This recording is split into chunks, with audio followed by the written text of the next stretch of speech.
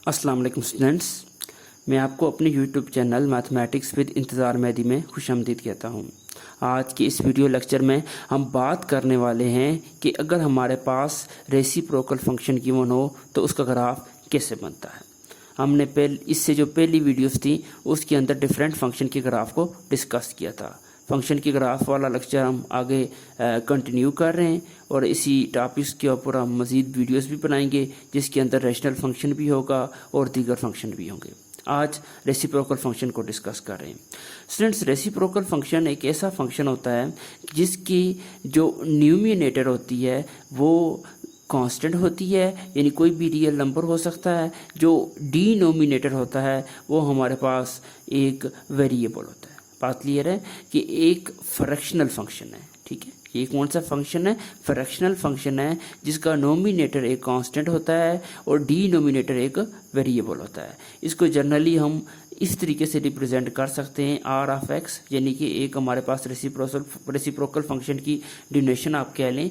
ये जो are of x है ये एक रेसिप्रोकल फंक्शन को डिनोट कर रहा है और ये इज इक्वल टू के ओवर एफ ऑफ एक्स। नीचे जो मैंने बात की थी वेरिएबल, तो वो ज़री बात है क्योंकि यहाँ इंडिपेंडेंट वेरिएबल एक्स है तो ज़्यादातर इंडिपेंडेंट वेरिएबल एक्स ही ले रहे होते हैं हम।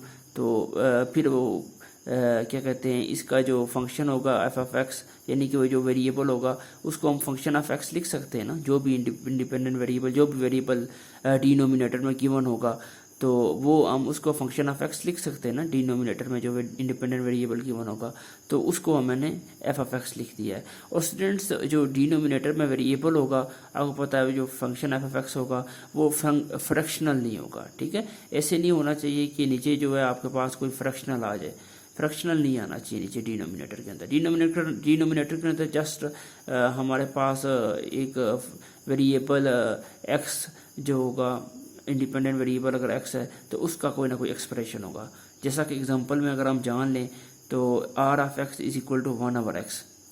ठीक है, तो ये हमारे पास क्या है, 1 आप के कह सकते हैं और एफ एफ एक्स को, यानी जो मैंने डिनोमिनेटर के अंदर वेरिएबल की बात की थी, देखिए ना, डिनोमिनेटर के अंदर वेरिएबल की बात की थी वो यहाँ एक्स आ गया। ठीक है, आप इस तरीके से भी समझ सकते हैं। अगर नहीं समझ सकते तो आप इस फॉर्म को जहन में रखें, के और एफ एफ एक्स की फॉर्म को। और के हमारे पास कांस्टेंट, एफ एफ एक्स कोई भी फंक्शन ऑफ एक्स होगा, यानी कोई नीचे वेरिएबल आ जाएगा। सादा लफ्ज़ों में ऊपर कांस्टेंट नीचे वेरिएबल आ जाएगा। तो ये देखिए एक्स आ गया है, नीचे भी यहाँ देखिए एक्स प्लस 1 ये भी वेरिएबल है, ऊपर को कांस्टेंट है 7। ठीक हो गया। इसी तरीके से ये भी नीचे वेरिएबल है एक्स स्क्वायर प्लस 1 और ऊपर 2 क्या है हमारे पास एक कांस्टेंट है। बात क्लियर है? तो ऊपर कांस्टेंट नीचे वेरिएबल। ठीक है, इसको हम जनरली एफ एफ एक्स से यहाँ लिख रहे हैं। तो ऐसे जो होते हैं हमारे पास फंक्शन रेसिप्रोकल फंक्शन होते हैं। और स्टूडेंट्स, आपके जहन में रेसिप्रोकल का कॉन्सेप्ट ये भी हो सकता है कि बाद दफ़ा हमारे पास फंक्शन गिवन होते हैं, जैसा कि एक्स है, एक्स एक फंक्शन है तो इसका रेसिप्रोकल क्या होगा, 1/x। तो ये जो 1/x फंक्शन बनेगा उसको रेसिप्रोकल फंक्शन बोलते हैं। ठीक है, एक ये कॉन्सेप्ट भी आप ले सकती हैं। इसी तरीके से अगर हमारे पास कोई फंक्शन है x square plus 1 divided by 2, ये एक फंक्शन है ना, तो इस फंक्शन का reciprocal length 2/x square plus 1 बन जाएगा। तो ये एक रेसिप्रोकल फंक्शन बन जाता है उस बात क्लियर है?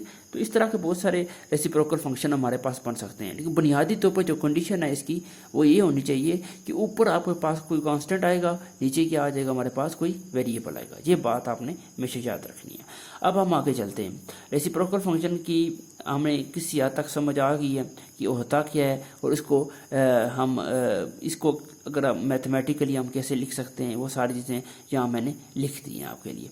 अगर ये लाइन आपको नहीं समझ आई, F F x is functional and not fractional. ठीक है, यानी एफ एफ एक्स फ्रैक्शनल नहीं होना चाहिए। देखिए ये एक्स क्या है, कोई फ्रैक्शनल है? जस्ट एक सिंगल एक्स है ना। इसी तरीके से एक्स प्लस 1 ये कोई फ्रैक्शनल है? नहीं। इसी तरीके से एक्स स्क्वायर प्लस 1 ये कोई फ्रैक्शनल है? नहीं। तो ये बात वो कह रहा है। ठीक है, नीचे जो हमारे पास डिनोमिनेटर है उसके अंदर जो जहाँ वेरिएबल इन्वॉल्व होगा वो वेरिएबल जो है फ्रैक्शन की फॉर्म में नहीं होना चाहिए। मतलब जस्ट हमारे पास x plus 1 x square plus 1 इस तरह की चीज़ें होनी चाहिए। फ्रैक्शन के फॉर्म में वेरिएबल इन्वॉल्व भी होना चाहिए। आपका बात ये क्लियर होनी चाहिए। ठीक है, तो अगर फ्रैक्शन की फॉर्म में वेरिएबल इन्वॉल्व होगा तो एलसीएम वगैरह हम लेंगे तो वो डिफरेंट केस बन जाता है। हो सकता है कि रेशनल फंक्शन आपका बन जाए। बात क्लियर है? तो रेसिप्रोकल और रेशनल फंक्शन में मेन जो डिफरेंस है और भी डिफरेंस है।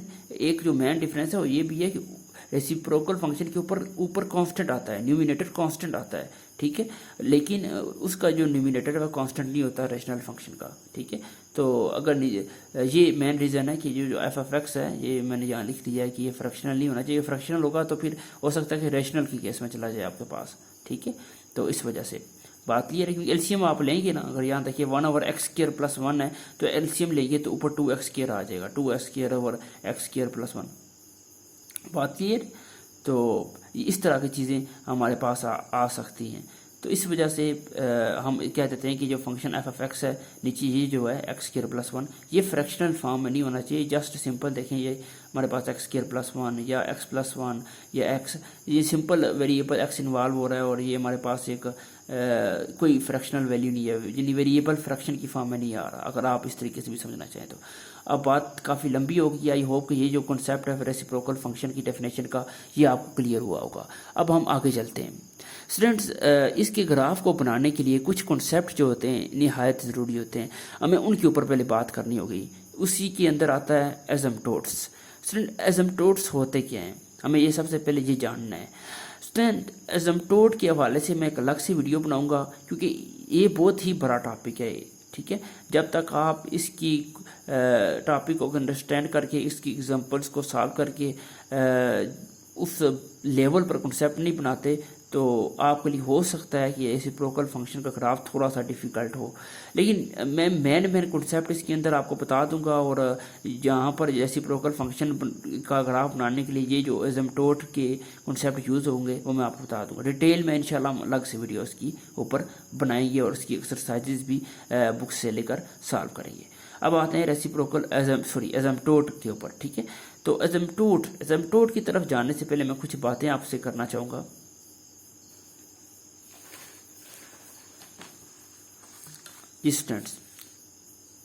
स्टूडेंट्स आपने ये देखिए, हमारे पास एक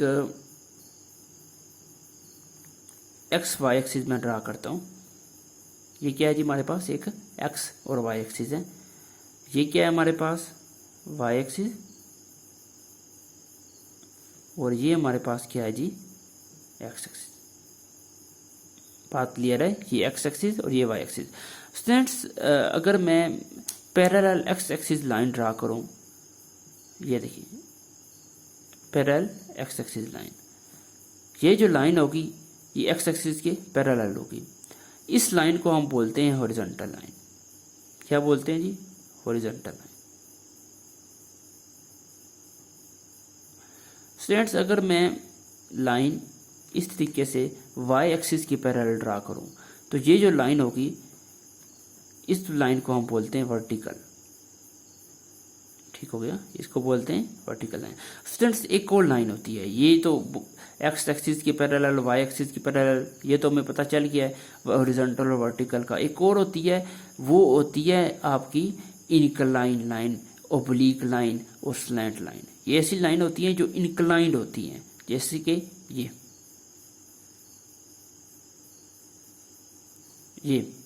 ये जो होती है हमारे पास ओब्लिक लाइन होती है, यानी ये इनक्लाइन लाइन होती है, ठीक हो गया। इसे स्लांट भी बोलते हैं, मैं यहाँ मेंशन कर देता हूँ, स्लांट भी बोलते हैं और ओब्लिक भी बोलते हैं, ठीक है। तो ये हमारे पास कौन सी लाइन है, इनक्लाइन लाइन है। बात क्लियर है। तो ये तीन लाइनें, इससे इस ग्राफ के अंदर बहुत सारी लाइनें बन सकती हैं, ठीक है। तो बुनियादी तौर पर इन्हीं तीनों लाइन से ही कोई ना कोई लाइन ग्राफ के ऊपर आती है हमारी। कौन सी, एक एक्स एक्सिस के पैरेलल होती है, एक वाई एक्सिस की पैरेलल होती है, एक को होती है इंक्लिनेशन, यानी कि हमारे पास ये देखिए ओब्लिक लाइन, इसको स्लांट लाइन भी बोलते हैं, और ये इंक्लिनेशन लाइन है हमारे पास, इंक्लाइन फॉर्म है लाइन, ठीक है, इंक्लाइन फॉर्म है ना, ये देखिए इंक्लाइन फॉर्म में लाइन है। तो इस तरह की लाइन को हम ओब्लिक लाइन बोलते हैं। अब एजम्पटोड्स होता क्या है, एजम्पटोड बेसिकली ये होता है कि ये देखिए आपके पास ये वाई एक्सिस है, ये एक्स एक्सिस है। मैं कहता हूँ कि ये जो वाई एक्सिस है ये फंक्शन का एजम्पटोड है। क्या है जी, ये जो वाई एक्सिस है किसी भी फंक्शन का एजम्पटोड है।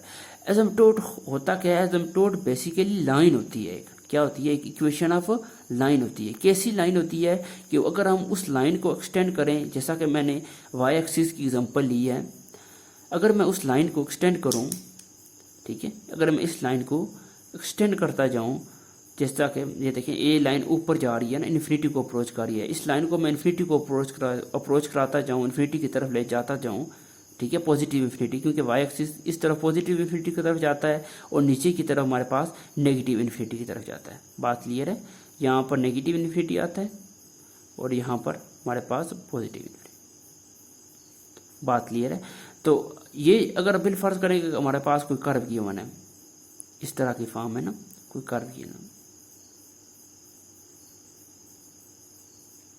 अब देखें ये जो लाइन है, अगर इस कर्व को मैं एक्सटेंड करता जाऊं, ये जो कर्व है, ये कर्व देखिए ना इस फॉर्म में फैला हुआ है इस तरह, अगर मैं इसको एक्सटेंड करता जाऊं, पीछे ले जाता जाऊं और ये जो है वाई एक्सिस वाली लाइन इसको भी मजीद एक्सटेंड करता जाऊं, तो ये आप देखेंगे कि इन दोनों के दरमियान जो डिस्टेंस है, ये जो वाई एक्सिस वाली लाइन है और ये जो फंक्शन का कर्व है, फंक्शन का ग्राफ है, इन दोनों के दरमियान जो डिस्टेंस होगा वो कम से कम होता जाएगा और ऑलमोस्ट ज़ीरो होगा। ठीक है, मुकम्मल ज़ीरो नहीं होगा। ये नहीं कह सकते कि ये दोनों लाइनें आपस में जुड़ गई हैं, लाइनें तो नहीं है, लाइन एक ही है और एक कर्व है, यानी कर्व और लाइन आपस में जुड़ गई है। ठीक है, तो ये कभी भी नहीं हो सकता, कर्व और लाइन कभी भी नहीं जुड़ेगी, जस्ट करीब आते जाएंगी, इतना करीब आते जाएंगे, इनका दरमियान का जो फासला है वो ऑलमोस्ट ज़ीरो हो जाएगा। बात क्लियर है। तो तब हम बोलेंगे ये जो लाइन है, ये जो वाई एक्सिस है, ये हमारे पास एसिम्पटोट है किसका, इस फंक्शन का। ठीक हो गया, क्या होगा जी, ये क्या होगा, एसिम्पटोट होगा किसका, इस फंक्शन का।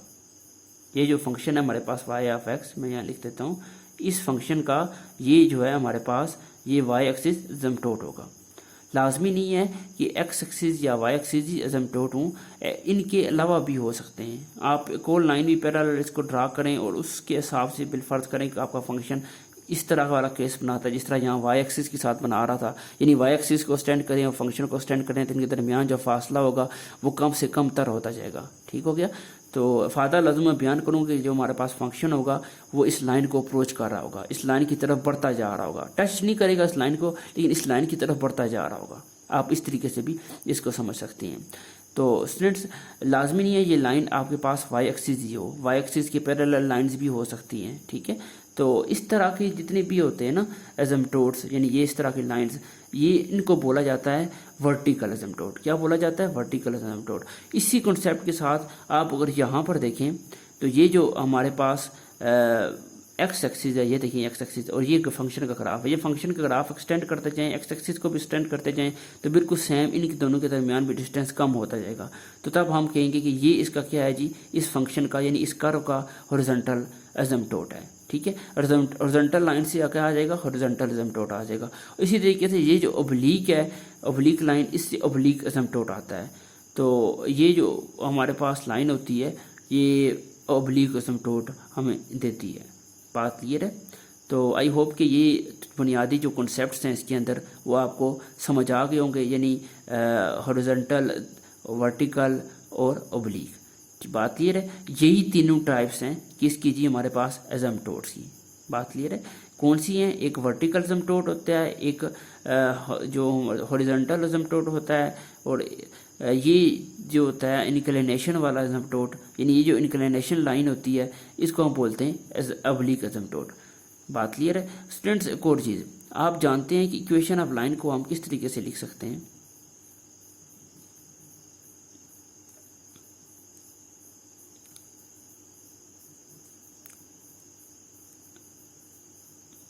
जी, ऐसे ही लिख सकते हैं। ये हमारे पास कांस्टेंट होता है और एम हमारे पास क्या होता है, स्लोप होता है। बात क्लियर है।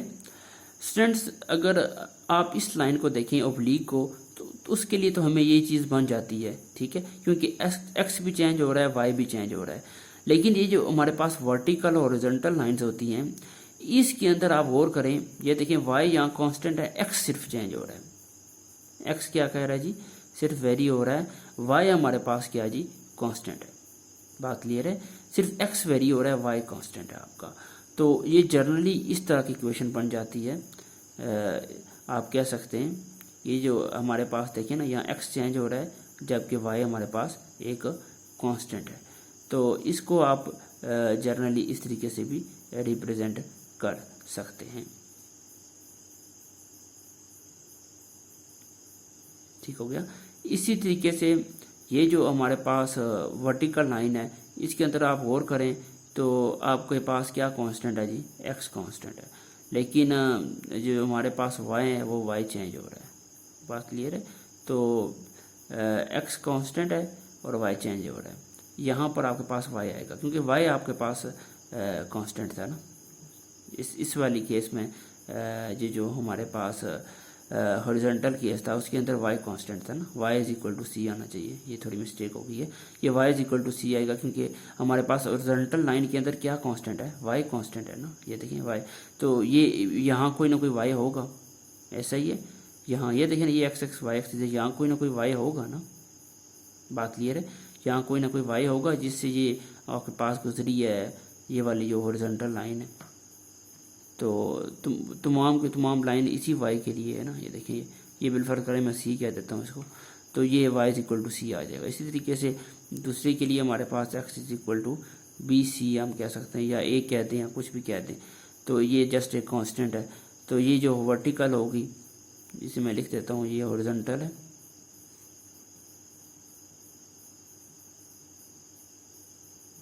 और ये हमारे पास क्या है जी, वर्टिकल। बात क्लियर है। तो ये दोनों कॉन्सेप्ट इक्वेशन की आपको पता होना चाहिए। ये ओब्लिक है, ठीक है। तो ओब्लिक लाइन आपको फाइंड करने के लिए एम भी फाइंड करना पड़ता है, सी भी फाइंड करना पड़ता है, जबकि इसके लिए जस्ट आपके पास एक सी होता है, वो हमें ढूंढना पड़ता है, ठीक है। तो दोनों हॉरिजॉन्टल और वर्टिकल के लिए। यहाँ तक आपको आई होप कि ये चीज़ें जो मैंने एक्सप्लेन की हैं क्लियर हुई होगी। हम कुछ रीड करते हैं जो मैंने लिखा है और मज़ीद अच्छा तरीके से आपको समझ आ गई जी। What is asymptotes and asymptote of a curve, कि किसी भी कर्व का जो एसिम्पटोट होता है वो क्या होता है, बेसिकली इज अ लाइन, एक लाइन होती है। Such that the distance between the curve and the line approaches zero as they tend to infinity. अगर जब दोनों हमारे पास जो कर्व और जो लाइन होगी हम उनको इन्फिनिटी की तरफ अप्रोच कराएं, यानी बढ़ाते जाएं, बड़ा करते जाएं, तो इनके दरमियान जो डिस्टेंस होगा वो कम से कम तर होता जाएगा। ये जो इनके दरमियान जो डिस्टेंस होगा वो कम से कम तर होता जाएगा। ये बात मैं भी आपको एक्सप्लेन कर चुका हूँ। और ये बात भी आपको बताइए, ये मिलेगी नहीं आपस में, दे कांट मीच अदर, ये मिलेगी नहीं आपस में, ठीक है। ये कभी भी नहीं मिलेंगी आपके पास, लेकिन इनका दरमियान का जो डिस्टेंस है वो कम से कम तर होता जाएगा, निहायत ही कम हो जाएगा। और इनके तीन टाइप्स हैं, जिस तरह मैंने पहले आपको समझाया। एक हॉरिजॉन्टल है जो पैरेलल टू एक्स एक्सिस होता है, और एक वर्टिकल है जो पैरेलल टू वाई एक्सिस होता है, एक जो इंक्लाइंड प्लेन के ऊपर होता है या इंक्लाइनेशन बनाता है, वो इस तरह के एसिम्पटोट को ओब्लिक एसिम्पटोट बोलते हैं। यानी इंक्लाइनेशन लाइन जो होती है हमारे पास, उस कर्व की, अगर वो कर्व उस इंक्लाइनेशन लाइन की तरफ अप्रोच कर रहा है तो उनके दरमियान डिस्टेंस और इंक्लिनेशन लाइन का और उसका कर्व का वो ऑलमोस्ट ज़ीरो है, तब हम कहेंगे कि वो जो गिवन है वो ओब्लिक एसिम्पटोट है। यहाँ तक आपको बात आई थिंक क्लियर हुई होगी। तो अब हम हॉरिजॉन्टल और वर्टिकल एसिम्पटोट की तरफ चलते हैं। तो ओब्लिक हम डिस्कस नहीं करेंगे और ये दोनों डिस्कस करेंगे कि ये इन दोनों का कॉन्सेप्ट ग्राफ बनाने के लिए, रेसिप्रोकल फंक्शन का ग्राफ बनाने के लिए निहायत ही ज़रूरी है और यूज़ भी होता है। वर्टिकल एसिम्पटोट, जी स्टूडेंट्स, वर्टिकल एसिम्पटोट क्या होता है कि अभी मैंने आपको बताया कि ऐसा जो हमारे पास पैरेलल टू एक्स एक्सिस जो लाइन होती है, ठीक है, अगर फंक्शन जो है उस लाइन के करीब से करीब तर आता जाए, यानी उस लाइन को अप्रोच करे, यानी या कह सकते हैं कि फंक्शन वो लाइन अगर हम उन इन्फिनिटी की तरफ जा रहे हैं, इनको बढ़ाते जाएं, फंक्शन को भी बढ़ाते जाएं, उस लाइन को भी बढ़ाते जाएं, तो फंक्शन और उस लाइन के दरमियान का जो डिस्टेंस होगा, यानी कर्व और उस लाइन के दरमियान का जो डिस्टेंस होगा वो कम से कम तर होता जाएगा, ठीक है। तो यही चीज़ है इसके अंदर कि अब x approaches to from left and right to c हमारे पास कोई भी नंबर। अब अच्छा, लेफ़्ट और राइट से अप्रोच करने का क्या मतलब है? लेफ़्ट और राइट से, क्योंकि हमने लिमिट का अभी कॉन्सेप्ट नहीं पढ़ा, तो मे भी हो सकता है कि आपको ये थोड़ी सी चीज़ डिफ़िकल्ट लगे। ये देखें आपके पास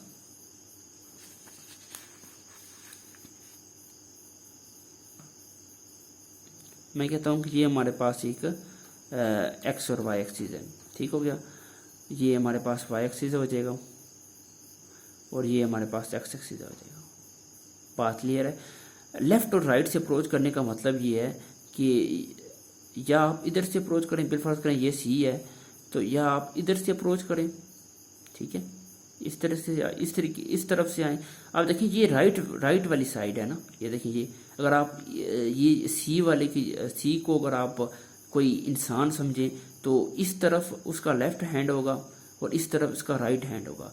तो जिस तरफ राइट हैंड होगा उस तरफ से अगर आप अप्रोच करें उस आदमी को तो हम कहेंगे कि राइट साइड से हम अप्रोच कर रहे हैं। अगर आप उस आदमी को जिस तरफ उसका लेफ्ट हैंड होगा उस तरफ से अप्रोच करें तब हम कहेंगे कि ये उसका हम लेफ्ट जो है लेफ्ट साइड से हम अप्रोच कर रहे हैं, ठीक है। तो बात क्लियर है। यही कॉन्सेप्ट जो है आपका इसके अंदर लेफ्ट और राइट का है। ये हमारे पास कोई नंबर है, अगर आप इसको नंबर समझ के करें ओरिजिनल लाइफ के अंदर आए तो ये हमारे पास, अगर आप इस नंबर को हम इस तरफ से अप्रोच करते हैं तो राइट साइड से अप्रोच होता है।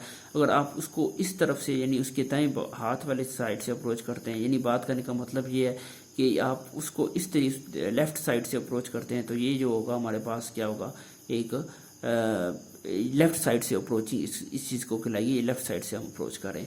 तो अप्रोच करने का मतलब आई होप आपको क्लियर हुआ होगा।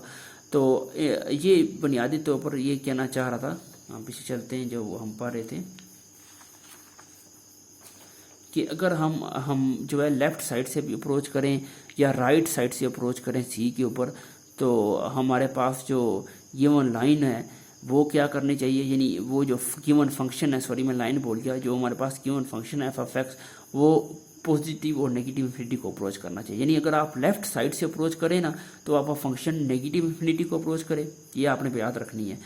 और जब आप राइट साइड से अप्रोच करें तो आपका फंक्शन किस तरफ जाना चाहिए जी, पॉजिटिव इन्फिनिटी की तरफ। बात क्लियर है कि अगर आप लेफ्ट साइड से अप्रोच करें तो आपका फंक्शन किस तरफ जाना चाहिए, आपका फंक्शन जाना चाहिए पॉजिटिव इन्फिनिटी, नेगेटिव इन्फिनिटी। अगर लेफ्ट साइड से राइट साइड से अप्रोच करें तो फंक्शन किस तरफ जाना चाहिए, पॉजिटिव इन्फिनिटी। बात क्लियर है। तो ये चीज़ आपको अच्छी तरीके से आनी चाहिए।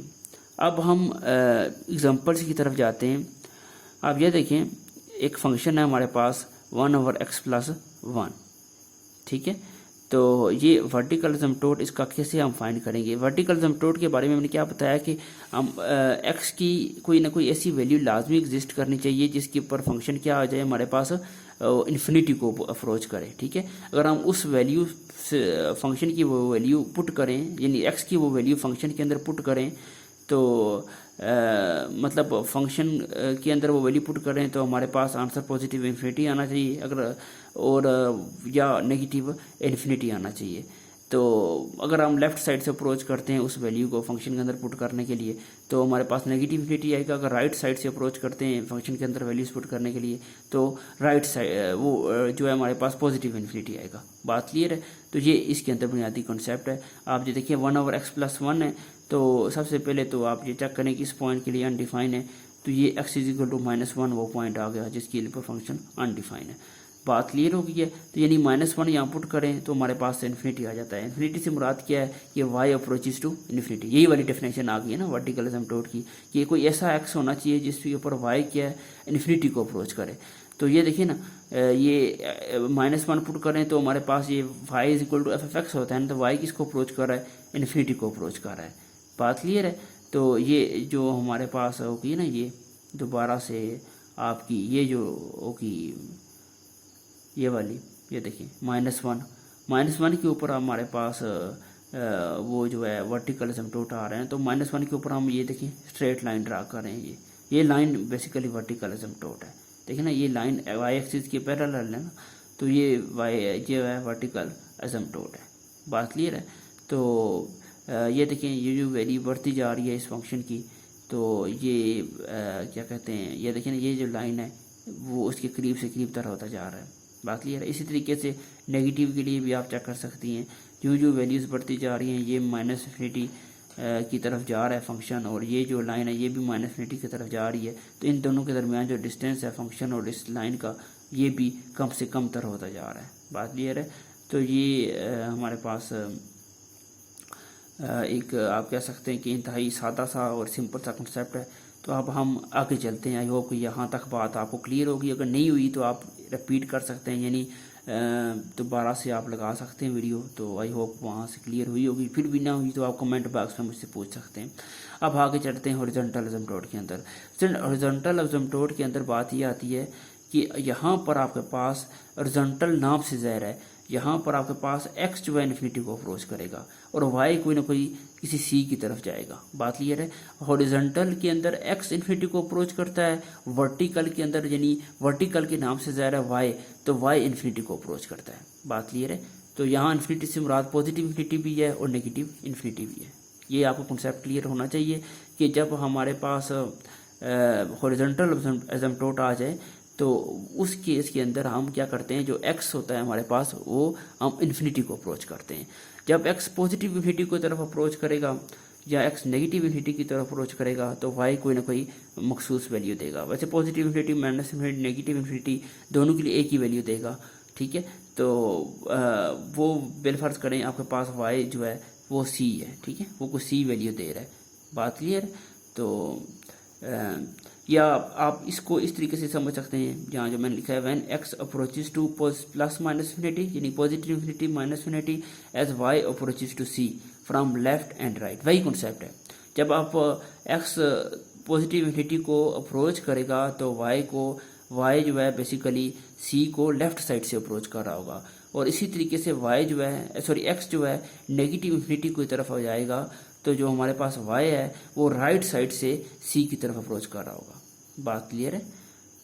तो अप्रोच करने का कॉन्सेप्ट वही है जो मैंने आपको बता चुका हूँ। तो आप कहते हैं तो मैं एक बार फिर भी दोहरा देता हूँ। ये आप देख सकते हैं, ये बिलफर्ज करें ये c है। ये आपके पास कॉन्सेप्ट चेंज हो गया ना। ये कॉन्सेप्ट था किसके लिए, जो है वर्टिकल एसिम्पटोट के लिए। अगर जो है आप हॉरिजॉन्टल की बात करें तो हॉरिजॉन्टल में ये होता है कि आपके पास जो x है, x यहाँ होता है, y यहाँ होता है। तो यहाँ पर आप c आ जाएगा। अब तो y के ऊपर c है ना, तो अब यहाँ पर आप c कह सकते हैं कि अगर c को आप इससे इधर से आएँ या c की तरफ इधर से आएँ, जब x नेगेटिव इन्फिनिटी को अप्रोच करेगा तो जो है x जो है हमारे पास हम नेगेटिव फ्रॉम लेफ्ट साइड यानी इधर से अप्रोच करेंगे c को, यानी y बेसिकली ये y है ना सारा, तो y इधर से अप्रोच करेगा c को। अगर x जो है हमारे पास पॉजिटिव इन्फिनिटी की तरफ अप्रोच करेगा तो y जो है c को इधर से अप्रोच करेगा। ठीक है, इस तरीके से यानी फ्रॉम राइट साइड से y को अप्रोच y जो है इसको अप्रोच करेगा। बात क्लियर है। तो आई होप कि यहाँ तक आपको कॉन्सेप्ट क्लियर होगा कि हॉरिजॉन्टल एसिम्पटोट और वर्टिकल एसिम्पटोट होते क्या हैं। कि ऐसे एसिम्पटोट जिसके अंदर हमारे पास वर्टिकल नाम से ज़ाहिर है, वर्टिकल के अंदर हम y को इन्फिनिटी की तरफ अप्रोच कराते हैं, और जबकि जो हॉरिजॉन्टल एसिम्पटोट होता है उसके अंदर हम y को जो है इन्फिनिटी की तरफ अप्रोच कराते हैं, वो भी बहुत कम।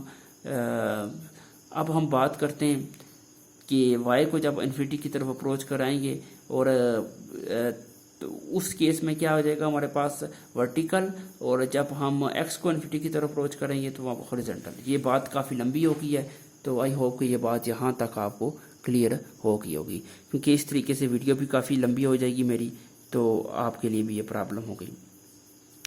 स्टूडेंट्स, अब हम किसी क्वेश्चन की तरफ जाते हैं। तो क्वेश्चन के अंदर हम समझेंगे कि एग्जाम्पल से कि ये होता क्या है। ऑब्लिक एसिम्पटोट मैं नहीं समझाऊंगा क्योंकि ऑब्लिक की ज़रूरत नहीं है फंक्शन के ग्राफ को, रेसिप्रोकल फंक्शन के ग्राफ को ड्रा करने के लिए। स्टूडेंट्स, रेसिप्रोकल फंक्शन के ग्राफ को ड्रा करने के लिए सबसे पहले डोमेन का पता होना बहुत ज़रूरी है।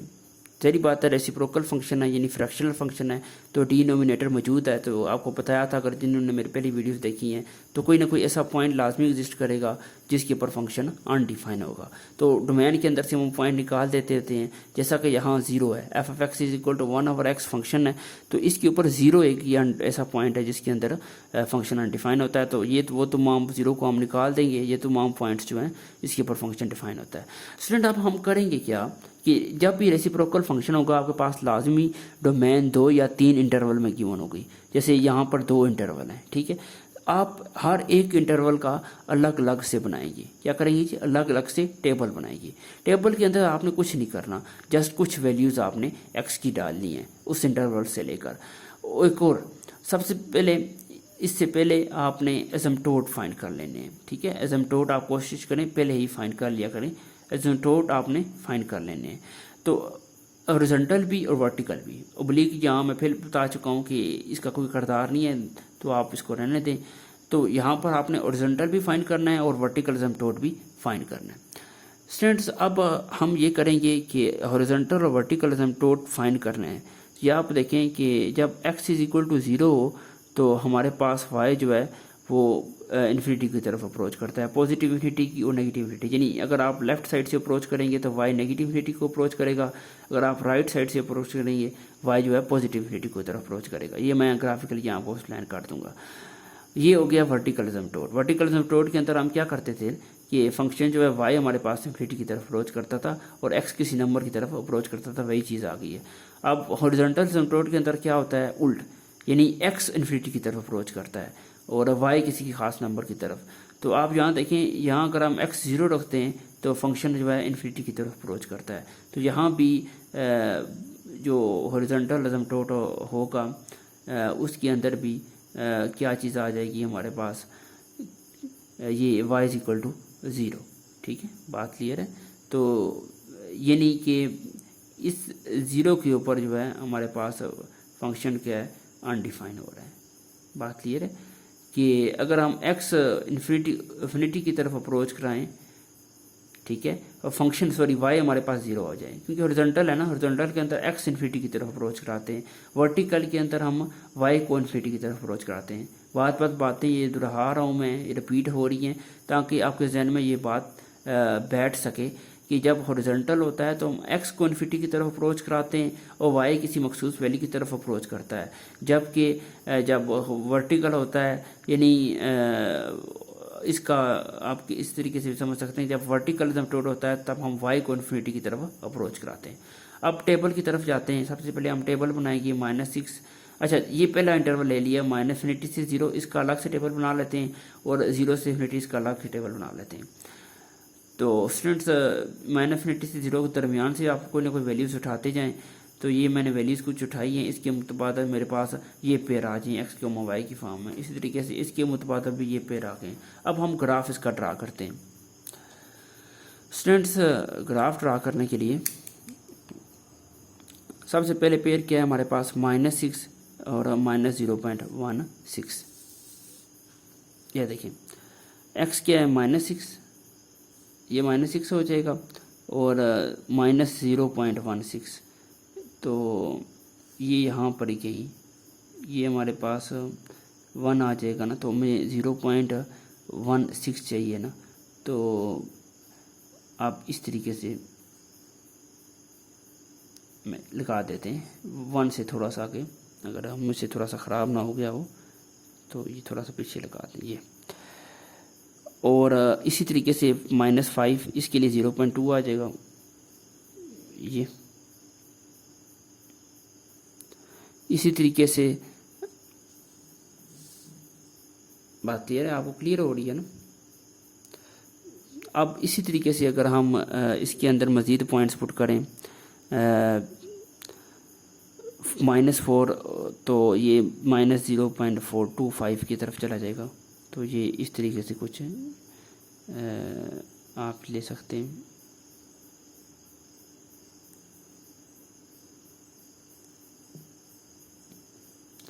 इसी तरीके से मज़ीद आप वैल्यू पुट करें -3, तो ये -0.3, क्योंकि एग्जैक्ट तो मेरे पास नहीं बन पाएगा, तो मैं फिर भी कोशिश कर रहा हूँ। और ये -4 पुट करें तो हमारे पास क्या आंसर आ जाएगा जी, -4 पुट करने से 0.25 आ जाता है। ठीक हो गया, सॉरी बल्कि -4 और -3 पुट कर चुके हैं। अब हमने क्या पुट करना है जी, -2। हाँ, -2 के लिए 0.5 आ जाएगा। तो -2 के लिए आपके पास 0.5 आ जाएगा।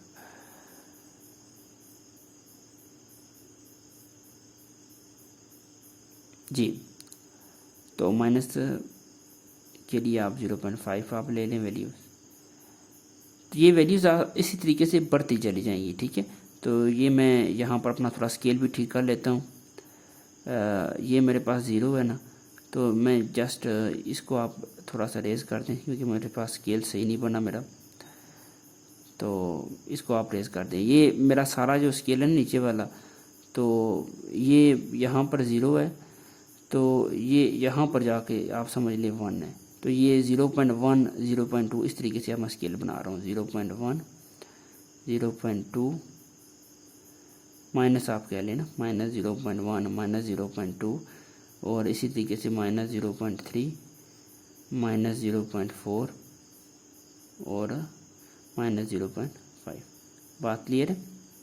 इसी तरीके से यहाँ भी हम बनाएंगे 0.1 0.2 0.3 और 0.4 0.5। ये थोड़ी मेरी मिस्टेक हो गई थी, तो इसके लिए मैं माजरत चाहता हूँ आपसे। ये स्केल आपने सोच समझ कर बनाना है। ये स्केल चलें आपका ठीक बन गया है, तो ये अगर आपने यहाँ चेंजेस किए तो आपको यहाँ भी चेंजेस करने पड़ेंगे। ये आपका वाई एक्सिस पूरा है ना, तो उसी एक ही हिसाब से, एक ही डिस्टेंस के हिसाब से हम लेकर चलेंगे। तो ये आपका पास एक्स एक्सिस चले, उसका डिस्टेंस है उसके हिसाब से हो जाएगा। दरमियान में जो पॉइंट्स का डिस्टेंस होता है मैं उसकी बात कर रहा हूँ जी।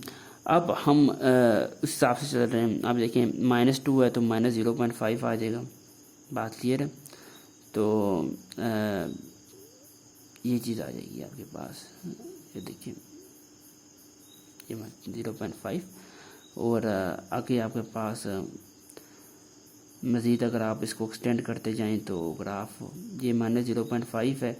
इसी तरीके से आपका ग्राफ जो है इस तरीके से ये बनेगा। ये आपका -0.5 है ना, तो यहाँ पर -0.6 आ जाएगा और -0.7 कर लें, 0.8 कर लें, 0. ये माइनस है सारा, ठीक है, -0.9 कर लें और ये जहाँ अंक जाकर -1 हो जाएगा। तो ये ग्राफ ये पॉइंट बन जाएगा। तो इसको अगर मैं मिलाना चाहूँ तो ये कुछ इस तरीके से मिलेगा। बात क्लियर। ये पॉइंट आगे बढ़ते चले जाएंगे, इसी तरीके से ये भी आगे बढ़ते चले जाएंगे, क्योंकि ये बेसिकली आपको पता है कि ये जो फंक्शन है ये किसके ऊपर इसका एसिम्पटोट बनता है, वर्टिकली एसिम्पटोट बनता है इसका 0 के ऊपर। किसके ऊपर बनता है जी? 0 के ऊपर वर्टिकल एसिम्पटोट बनता है। तो ये हमारे पास 0 है, ठीक है, इसके ऊपर ये लाइन है। कौन सी लाइन है हमारे पास? एक वर्टिकल लाइन है। आपको पता है जिस पॉइंट के ऊपर एसिम्पटोट बने, बेसिकली एसिम्पटोट एक लाइन ही होती है। तो जिस पॉइंट के ऊपर फंक्शन अनडिफाइन आ जाए तो हम उसको वर्टिकल एसिम्पटोट बोलते हैं ना। तो ये 0 के ऊपर फंक्शन अनडिफाइन आता है ना, तो 0 कहाँ होगा? x = 0 कहाँ होगा? यहाँ ही होता है ना। ये देखिए ये पूरी लाइन बनी हुई है। तो ये देखिए ये आगे चीज़ बढ़ती चली जाएगी हमारे पास नेगेटिव इन्फिनिटी की तरफ। तो ये जो हमारे पास फंक्शन है ये इसको अप्रोच करता जाएगा, ठीक है। तो ये भी बढ़ता चला जाएगा और उनके दोनों के दरमियान डिस्टेंस कम से कम होता जाएगा। बात क्लियर है। अब ये आप ड्रा करते हैं इसी तरीके से, सेम टू सेम यही कॉन्सेप्ट है। आप देखिए 1 के लिए है, ठीक है। तो यहाँ पर 1 बहुत आगे चला जाएगा मेरे पास, यहाँ ऊपर जाके 1 बनना है। बहरहाल थोड़ी सी जगह मेरे पास कम है तो 1 मैं नहीं पुट करता, नीचे से 0.5 से स्टार्ट करता हूँ। तो 2 जो है 0.5 के ऊपर मैप होता है मेरा, ये देखिए। इसी तरीके से 3 जो है 0.3 के ऊपर मैप होता है, ये कुछ इस तरीके से। और 4 जो है 0.25 के ऊपर मैप होता है, ये कुछ इस तरीके से। और ये बल्कि 4 इधर है थोड़ी सी। और जो हमारे पास 5 होता है वो 0.2 के ऊपर मैप होता है। और जो 6 है वो 0.16 के ऊपर मैप होता है, ये कुछ इस तरीके। ये भी देखिए आपका ग्राफ जो है ना इस तरीके से जा रहा है और यहाँ से आपका ग्राफ इस तरीके से ऊपर की तरफ जाएगा, ये इस तरीके से कुछ। बात क्लियर। इस तरह ये नहीं बनना आपका ग्राफ, इसी तरीके से ये भी ग्राफ इस तरीके से आपका ऊपर की तरफ चलता जाएगा। ये मेरे पास जगह कम बची है, ये आपके पास मतलब ये वाई एक्सिस आगे बढ़ता जाएगा आपके पास, ये भी ग्राफ आपके पास ऊपर की तरफ आगे से बढ़ता जाएगा, वाई एक्सिस की तरफ क्लोज होता जाएगा। बात क्लियर है। क्योंकि ये जो हमारे पास मैं फिर बात कर चुका हूँ, ये पॉजिटिव इन्फिनिटी आप बात कर लें तो ये पॉजिटिव इन्फिनिटी की तरफ जाएंगे न जब ये दोनों, ये लाइन भी और ये ग्राफ भी, तो ये दोनों क्लोज से क्लोज होते जाएंगे, इन दोनों के दरमियान डिस्टेंस कम से कम होता जाएगा। ठीक है, कुछ जगह की कमी की वजह से मैं सही तरीके से बना नहीं सका। और यहाँ भी यही चीज़ है, जब ये हॉरिजॉन्टल एसिम्पटोट आ जाएगा, ये हमारे पास वर्टिकल एसिम्पटोट है, मैं यहाँ मेंशन कर देता हूँ। ये बेसिकली आपके पास वाई एक्सिस के साथ साथ ये क्या है जी, ये हमारे पास वर्टिकल एसिम्पटोट भी है, वाई एक्सिस के साथ साथ क्या है, वर्टिकल एसिम्पटोट भी है, और ये हमारे पास क्या है जी, हॉरिजॉन्टल एसिम्पटोट भी है। हॉरिजॉन्टल एसिम्पटोट के अंदर क्या होता था कि जब हमारे पास एक्स इन्फिनिटी की तरफ अप्रोच करता था तो वाई जो है वो ख़ास नंबर की तरफ अप्रोच करता था। तो यहाँ पर आप गौर करें, ये देखिए हॉरिजॉन्टल एसिम्पटोट मैंने निकाला हुआ है, वाई इज इक्वल टू 0 और वर्टिकल एसिम्पटोट था एक्स इज इक्वल टू 0। तो वाई इज इक्वल टू 0 यही हॉरिजॉन्टल एसिम्पटोट आ जाएगा। लाइन ड्रा करते हैं ना, लाइन होती है बेसिकली। तो ये देखिए ये जो लाइन है हमारे पास क्या आ जाएगी, हॉरिजॉन्टल आ जाएगी। इसी लाइन की देखिए ना, ये पॉजिटिव इन्फिनिटी की तरफ जा रहा है, ये जो है हमारे पास लाइन भी और ये फंक्शन भी तो क्लोज से क्लोज होते जा रहे हैं। बात क्लियर है? तो ये इस तरीके से इस तरफ तो हमारे पास नेगेटिव इन्फिनिटी होती है, तो ये दोनों जब नेगेटिव इन्फिनिटी की तरफ चलते जाएंगे तो ये इनके दोनों के दरमियान जो डिस्टेंस है वो कम से कम होता जाएगा। तो आई होप कि ये क्वेश्चन आपको क्लियर हुआ होगा। तो आप मज़ीद भी एग्जांपल्स ले सकते हैं समझने के लिए। तो मैंने जस्ट रेसिप्रोकल फंक्शन के ग्राफ को डिस्कस करना था कि उस ग्राफ बनता कैसे है, तो उसी वाले से मैंने जस्ट एक एग्जांपल आपको समझाने की कोशिश की है कि इससे शायद आपको समझ आ सके कि फंक्शन के ग्राफ कैसे बनते हैं। इसके नेक्स्ट जो वीडियो होगी उसके अंदर हम रैशनल फंक्शन को डिस्कस करेंगे। तो वहाँ पर मेरी कोशिश होगी कुछ मज़ीद एग्जांपल्स, यानी एक से ज़ायद एग्जांपल आपको कराऊँ, लेकिन थ्योरी पढ़ाने से टाइम इतना कम बच जाता है मेरे पास कि मैं मज़ीद आपको कोई और एग्जांपल्स नहीं करा सकता। लेकिन मैं इंशाअल्लाह इसके अलावा जब मैं इन तमाम कॉन्सेप्ट को, यानी ग्राफ के कॉन्सेप्ट को आपको बता चुका हूँगा, यानी आगे हमने हॉरिजॉन्टल और वर्टिकल शिफ्ट जो होती है उससे ग्राफ आसानी के साथ हम बना सकते हैं, वो भी हमने करने हैं। तो फिर आपको इंशाल्लाह एक्सरसाइजेस की तरफ लेकर चलेंगे जेम्स स्टीवर्ट की बुक से। तो वहाँ पर हम एक्सरसाइजेस करेंगे, उसके अंदर वाफर मिकदार में क्वेश्चन मौजूद होंगे ग्राफ ड्रा करने के लिए। तो उससे आपकी प्रैक्टिस भी होगी, आपका कॉन्सेप्ट भी क्लियर होगा। यहाँ पर आपको मैंने जस्ट कॉन्सेप्ट दिया है ताकि आपको जहन क्लियर हो सके कि ग्राफ बनता कैसे है, वो फंक्शन होते कैसे हैं और उनका ग्राफ बनाया कैसे जा सकता है। ठीक है, तो इसका ग्राफ बनाने के लिए आपके पास मेशार्ट डोमेन के 2 या 2 से ज़ायद इंटरवल्स होंगे।